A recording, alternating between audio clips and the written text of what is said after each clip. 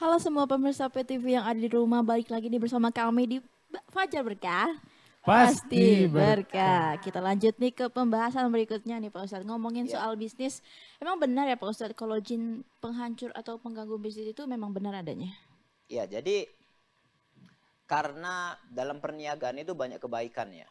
Jadi kalau kita melihat kenapa kita harus berbisnis, kenapa kita harus berusaha gitu ya.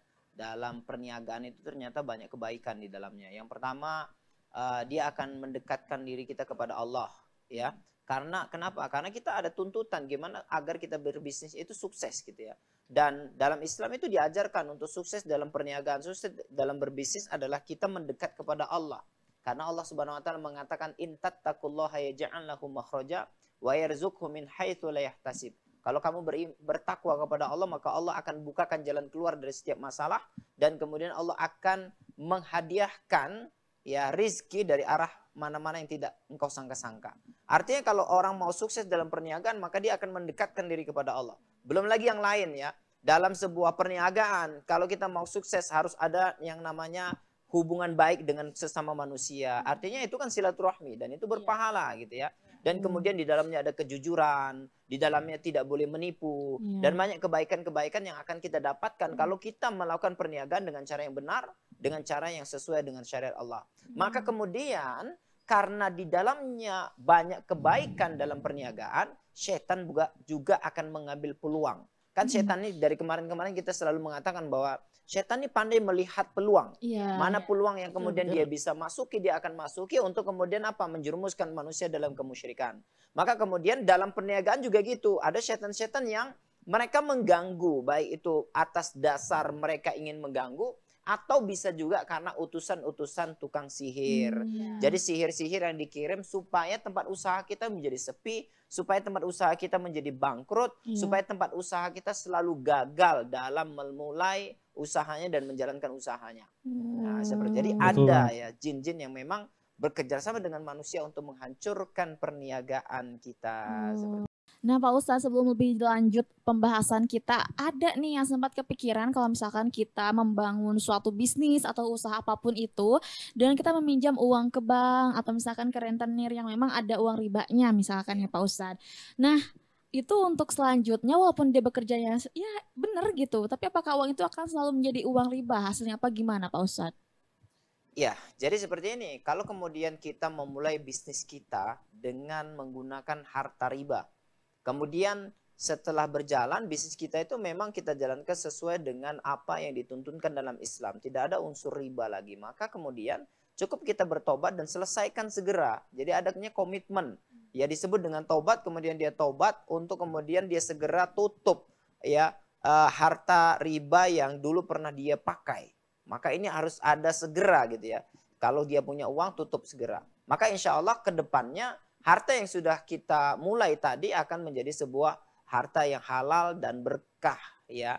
Dan kemudian ya kan dalam perniagaan itu nggak mungkin kita jujur semuanya. Nggak mungkin kita itu bersih semuanya. Mesti ada yang menyerempet-nyerempet dosa. Makanya dalam perniagaan itu ada zakat, ada sedekah yang harus kita keluarkan. Fungsinya itu untuk apa? Fungsinya untuk membersihkan harta. Siapa tahu ada keserempet-keserempet riba. Siapa tahu ada keserempet-keserempet dosa besar yang itu harus dibersihkan. Maka insya Allah dengan kita bersedekah, dengan kita mengeluarkan zakat setiap tahun, maka ini akan membersihkan harta kita insya Allah. Jadi peluang untuk bertaubat itu tetap ada sekalipun kita adalah pelaku dosa riba. Oke, begitu ya.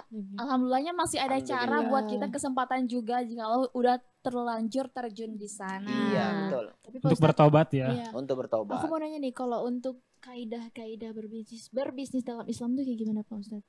Iya, sebetulnya sekarang banyak sekali buku-buku berkenaan dengan bagaimana menjadi seorang mukmin yang sukses dalam perniagaan. Tinggal sebetulnya contoh yang diajarkan oleh Rasulullah SAW saja tinggal diikuti. Bahwa Rasulullah itu selalu jujur dalam perniagaan. Rasulullah SAW itu sangat amanah. Rasulullah SAW itu tidak pernah bohong dalam perniagaannya. Kemudian Rasulullah SAW selalu melebihkan. Jadi kalau dia berniaga jualan tuh harus mesti akan ditambah. Kemudian ada satu kebiasaan perniagaan Rasulullah SAW yang itu bagus diterapkan, tapi hari ini nggak diterapkan gitu ya. Rasulullah dulu kalau dia berniaga, dia akan bagi tahu, akan kasih tahu berapa harga dia ambil.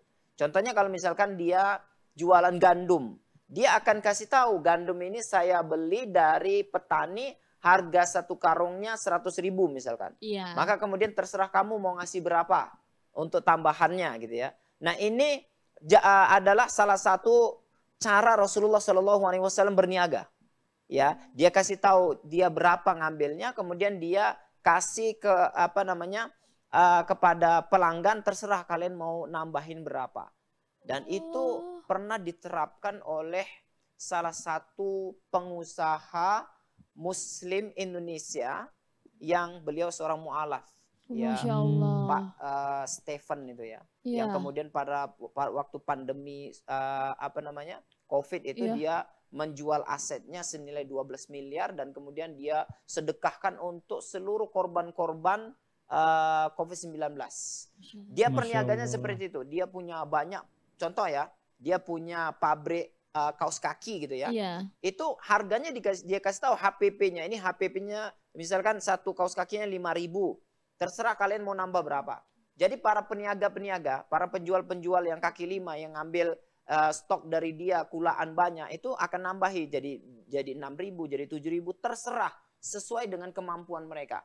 Dan itu ternyata di awal-awal dia bilang itu sulit sekali. Kenapa? Untungnya kecil sekali, nggak bisa nutupin untuk biaya operasional. Tapi setelah orang sadar bahwa ternyata produk yang kita kasih ini adalah produk yang bagus, walaupun HPP kita tetapkan, mereka akhirnya ngasih banyak. Kenapa? Mereka untung banyak.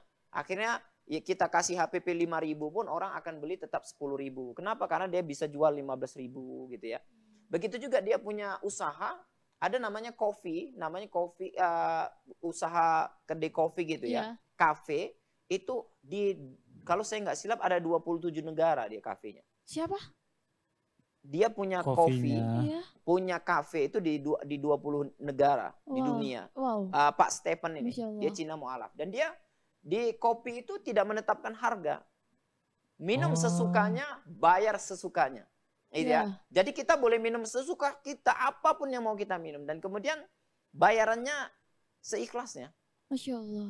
Nah, di awal-awal dia bilang ketika dia buat kedai kopi atau kafe seperti itu, orang ambil kesempatan, bayarnya sedikit-sedikit. Tapi setelah orang tahu bahwa kualitas daripada kopi yang dia sajikan itu nggak kalah dengan kopi-kopi yang terkenal di dunia. Iya. Akhirnya orang bayar sesuai dengan harga yang biasa mereka beli di brand-brand kopi yang terkenal. Masya Allah ya. Dengan cara begitu pun tetap dapat untung ya Pak Ustadz ya. Betul, ngalir terus. Karena dia gitu. dengan sebuah keyakinannya bahwa apapun yang diajarkan oleh Rasulullah itu ketika diamalkan maka dia akan memberikan sebuah keberkahan tersendiri. Karena ada sedekahnya juga ya Pak Ustadz kalau sedekah. begitu. Betul. Pantesan. Nah Pak Ustadz kembali lagi ke ini Pak Ustadz, bisnis yang yang disangkut pautin dengan jin Pak Ustadz. Iya. Kan ada beberapa kasus yang emang katanya warungnya itu ditutup sama jin Pak Ustadz. Ditutup sama kirimannya gitu. Iya. Nah memangnya jenis jin yang mengganggu atau dikirim dalam bisnis ini jin seperti apa Pak Ustadz? Ya, jadi itu disebut sihir. Sihir namanya sihir kebangkrutan. Jadi sihir ini adalah sihir yang dibuat agar kemudian usaha kita menjadi tidak terlihat.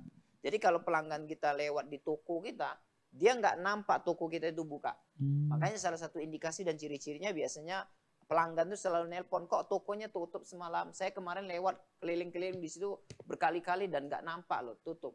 Ya, kemudian ini buka loh semalam, saya nggak pernah lihat gitu ya. Kemudian banyak yang akhirnya pelanggan-pelanggan yang lama, yang sudah kerjasama dengan kita lama, akhirnya memutus hubungan dengan kita. Begitu juga bisnis-bisnis. Ya misalkan kita kontraktor atau kita punya bisnis apa yang biasanya ada hubungan baik dengan pelanggan, itu kadang-kadang pelanggan itu memutuskan kontrak kerja begitu saja tanpa ada sebab apapun. Jadi itu termasuk sihir. Siapa yang menyihir? Tentu dukun yang kemudian diperintahkan oleh orang-orang yang dengki kepada perniagaan kita, jualan kita seperti itu. Nah, Serem juga ya. Iya, makanya dalam perniagaan kita harus melakukan perbanyak sedekah setiap hari. Ya rutin, karena itu menjadi pembentengan dalam perniagaan, sehingga kemudian perniagaan kita insya Allah tetap tidak tidak terkena sihir tersebut. Iya, jadi gitu ya. Ini Pak Ustadz, aku mau nanya lagi nih Pak Iya. Ustadz. Apa sih hukumnya jika kita meminta jin penghancur bisnis untuk orang lain nih Pak Ustadz?